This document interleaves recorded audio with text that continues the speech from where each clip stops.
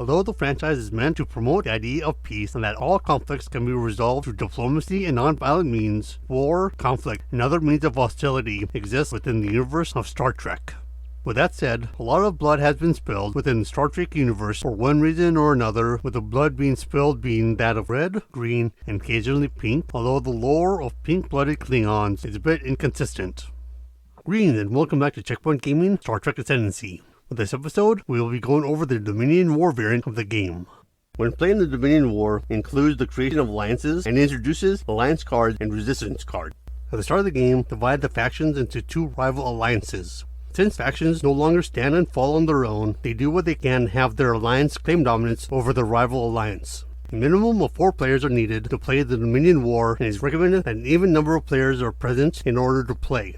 With that said, an odd number of players are able to play the Dominion War, which will be discussed later in this episode. With the rules for the Dominion War, they use the same standard game rules with the following modifications. When setting up, 2 alliances already exist and are at war with each other.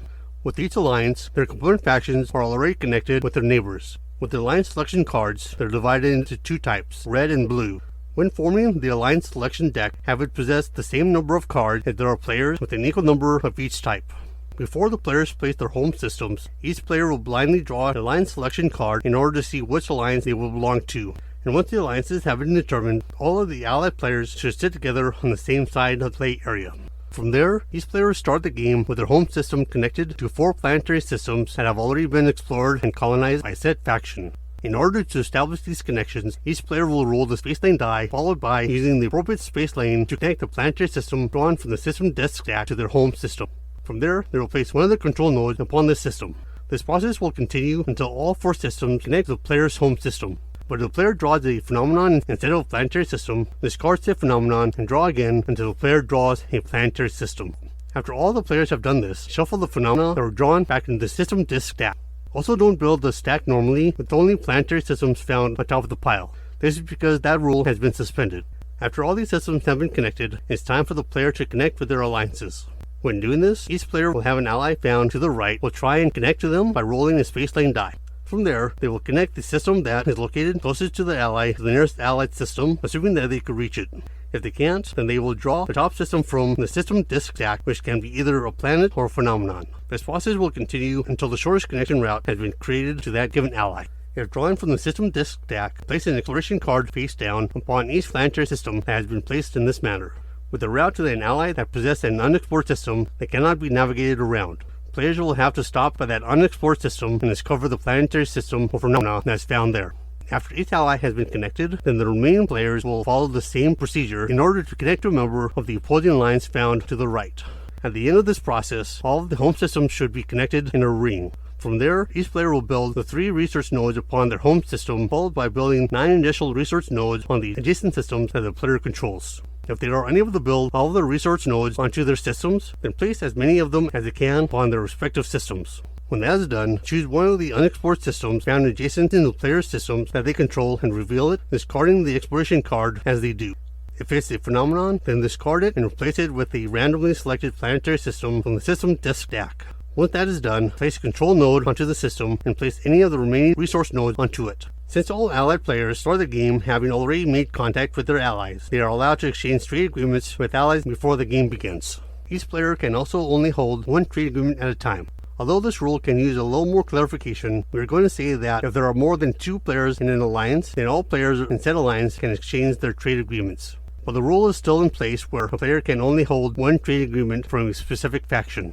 We feel that this will allow the players to remain true to the spirit of the rule. We suspect that when the rule was initially written, it was operating off of the minimum number of players with each alliance possessing only 2 members. So we hope that our little editorialization helped clarify the matter. And if a trade agreement would start off the game exhausted, then they are exhausted. If there are any additional requirements for the exchanging of trade agreement, then they will have to be met as well. If one of the selected factions is the Dominion, then the Gamma Quadrant expansion can be put into play. When setting up the game for the Gamma Quadrant, pull the 4 colonized planetary systems for the Dominion from the Gamma Quadrant system disk stack.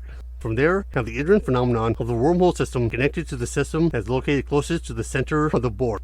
With that done, have the Bajoran system pointing toward the center of the board. But if players want to play with the Gamma Quadrant without the presence of the Dominion, then use the rules discussed in previous episodes about discovering the Gamma Quadrant. When it comes to that of their alliances, all of their connections, as well as those found on the opposing alliance side, are done through Bajor when the Gamma Quadrant is in play. At the start of the Dominion War, regardless of the ascendancy level of any given faction, they all start off the game with all 3 of their fleets and starbases in play. With all of the players found in a given alliance, they are all considered to be allies. What this means is that they are at peace, thus preventing them from initiating space battles against each other, nor allowing them to invade or attempt to engage in cultural hegemony against a system that an ally controls. Players of an alliance can enter into, as well as move through, sectors and systems that contain ships that belong to an ally. Players are also allowed to form fleets at their alliance's starbases. However, they are not allowed to build ships there. Permission also isn't required in order to move one ships or fleets through alliance sectors and systems. When initiating a space battle, players are unable to attack allied fleets and ships found in the sector that they are attacking. When initiating a space battle, a player can exhaust an additional command token to have an allied ships and fleet found in or adjacent to the sector that they are attacking in order to join in upon the battle. If the player wins the space battle, only the player who initiated the space battle can make a tactical maneuver in order to move their ships and fleets forward. When it comes to any allied ships or fleets, they remain where they are. With that said, they gain any benefits that their civilization gives them after winning a space battle. For any ships and fleets, they remain under their own player's command and can retreat after any round of combat if the player wishes to do so. They can do this even if an allied player chooses to continue to fight. When a player initiates a planetary invasion, a player can exhaust an additional command token to have any allied ships and fleets to join in upon the invasion. If the invasion is successful, the player who initiated the invasion will take control of the system. This includes them capturing any research or starbases found there. For any ships and fleets, they remain under their own player's command and can retreat after any round of combat if the player wishes to do so. They can do this even if an allied player chooses to continue to fight. As of the writing of this episode, there aren't any official rules that touch upon if the player who initiated the space battle or planetary invasion who exhausted an additional command token to have any allied ships and fleets to join in upon the encounter got destroyed or retreated and the ally decided to continue the fight and won the encounter. With that said, in a space battle, we say that the ally can decide if they want to perform a tactical maneuver or not. In a planetary invasion, we say that the ally gets to place one of their control nodes upon the planet. But we'll leave it up to the players who encounter this to make the final decision. Regarding allied starbases, they will add a die to allied ships and fleets that are fighting in a space battle found in that system, even if the player who controls the system doesn't have any ships found within said system. If there are only ships found in orbit of a system belonging to an ally, then each player found within that alliance will count as occupying that system. With players that are found within the opposing alliance, they count as the player's adversary that are always hostile. With that said, there are some exceptions if the player is conquered. Players also cannot hold a trade agreement that belongs to an adversary. With the initiative phase, players are never allowed to seize the initiative. The turn order for every round will always be random. With the execution stage, it is divided into the build phase and the command phase. The build phase and the command phase are taken in turn order. During the build phase, each player will spend their resources as usual in order to develop their faction. Each player will also draw 2 alliance cards at the start of the build phase. During the command phase, each player will exhaust their command tokens in order to move their ships, move their fleets, explore, engage in space battles, invade planets, and to engage in cultural hegemony. With the recharge phase, and at the end of the game round as normal. With each alliance, they have their own alliance cards deck and consists of 2 types of cards, one use and ongoing. With one use cards, they remain in the player's hand until they have been played, and once they are played, said card gets discarded. With ongoing cards, they are placed in front of the player when the card is played and will remain in effect. At the start of the building phase, each player will draw 2 alliance cards and place them into their hand. If they possess more than 3 alliance cards in their hand or in play at any given time, then the player will have to immediately discard down to 3 cards. In order to play an alliance card from their hand, the player will need to spend 1 culture token, which can be spent at any time. Whenever either alliance deck runs out of cards, then shuffle the discard pile in order to form a new deck.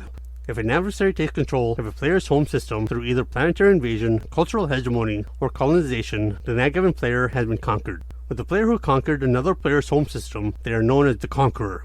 Although the home system of the conquered player possesses the Conqueror's control node, it will remain the conquered player's home system with the conquered player still controlling it. The Conqueror's control node will just indicate that it has been conquered. Regarding conquered players, they are at peace with the adversary's alliance. Because of this, the conquered player cannot initiate a space battle with their adversaries. They are also unable to invade or try cultural hegemony against a system that is conquered by their adversaries. Regarding the adversaries, they are unable to initiate a space battle with a conquered player. They also cannot invade or attempt cultural hegemony against systems that the conquered player controls. When an adversary initiates a space battle, the ships and fleets of the conquered player will not participate.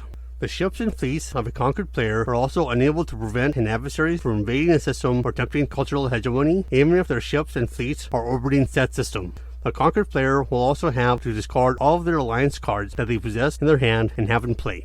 In addition to this, the conquered player will have to revoke all the trade agreements that they have with their allies. The conquered player also cannot draw alliance cards or make trade agreements while they remain conquered. Instead, said player will immediately draw 3 resistance cards. With the resistance cards, they allow a conquered player to fight back against their conqueror. At the beginning of the building phase, the conquered player will draw 2 resistance cards instead of drawing any alliance cards. If the player possesses more than 3 resistance cards in their hand, then they will have to immediately discard back down to 3. If the resistance deck runs out of cards, then reshuffle the discard pile in order to form a new deck. In order to play a resistance card, the conquered player can only do so in the command phase unless the resistance card states otherwise. Each resistance card will show the number of command tokens that the conquered player will have to exhaust in order to play it. With some resistance cards, they allow the player to use one of their fleets to initiate a space battle against their conqueror. The conquered player can add ships to their fleet as normal, and if this fleet initiates a space battle with other ships and fleets belonging to the conquered player capable of joining in the battle, they have the option of doing so. When a conqueror takes control of the home system of a conquered player, the conquered player will have to immediately give half the resources they currently possess to the conqueror, rounding up when necessary. And if the conquered player possesses any research nodes upon the home system, then the conquered player will have to give away active projects to the conqueror for every research node that they captured. Regarding any resources that the conquered player gains during resource generation, half of it will have to go to the conqueror, rounding up when necessary. Besides taking resources from the conquered player, the conqueror has access to all of the completed advancements of the conquered player as if they were their own. Any reference that is made to the conquered player's faction will become a reference to the conqueror's faction when the conquered player's advancements are used. However, the conqueror will not benefit from any additional war feed, command tokens, or culture that is granted by the conquered player's advancements. With conquered players, they will have to allow their conqueror's ships and fleets to enter any system that said ships or fleets are found in orbit. However, the conquered player doesn't have to allow any of the other adversaries to enter their systems. And even though the player might be conquered, they are still part of the original alliance. Because of this, when their alliance wins, the conquered player will also win. And when the adversary's alliance wins, the conquered player will lose. It is worth noting that the conquered player is still unable to initiate planetary invasion or attempt cultural hegemony.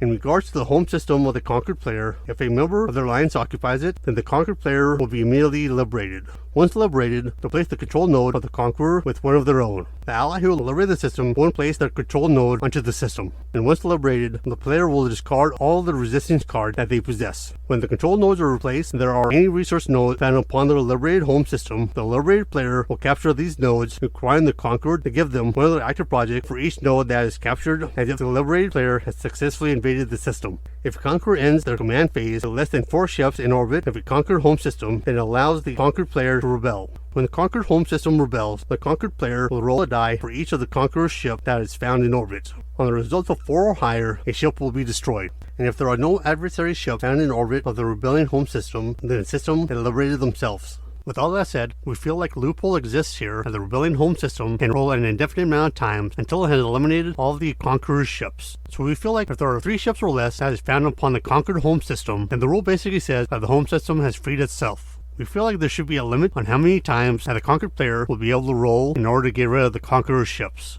Maybe something like the number of times is equal to that of the initial number of ships that belongs to the conqueror found on the home system. It could also be applied that it is a one-time attempt per round for the home system to free itself. But either way, we feel like the rules should clarify things on that front. In a situation where a conqueror has become conquered and returned by a member of the conquered player's alliance, the conquered player will remain conquered. As a result of this, the conquered player will still have to free themselves through rebellion.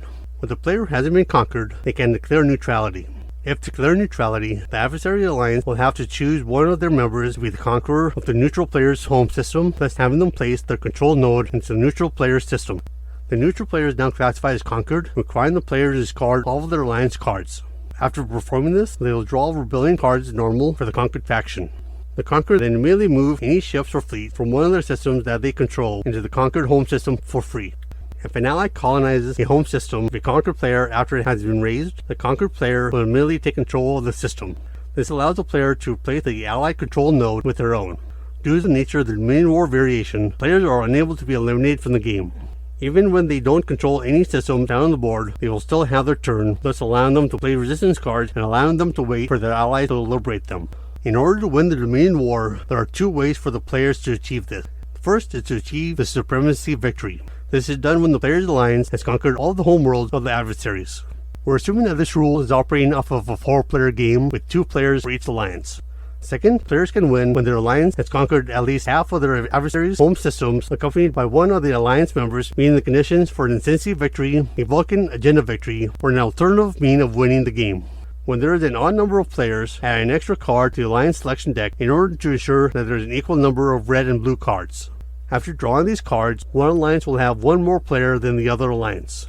With a smaller alliance, they build 3 nodes on their home system and 9 initial nodes onto adjacent systems. From there, add up the number of nodes that the alliance has built.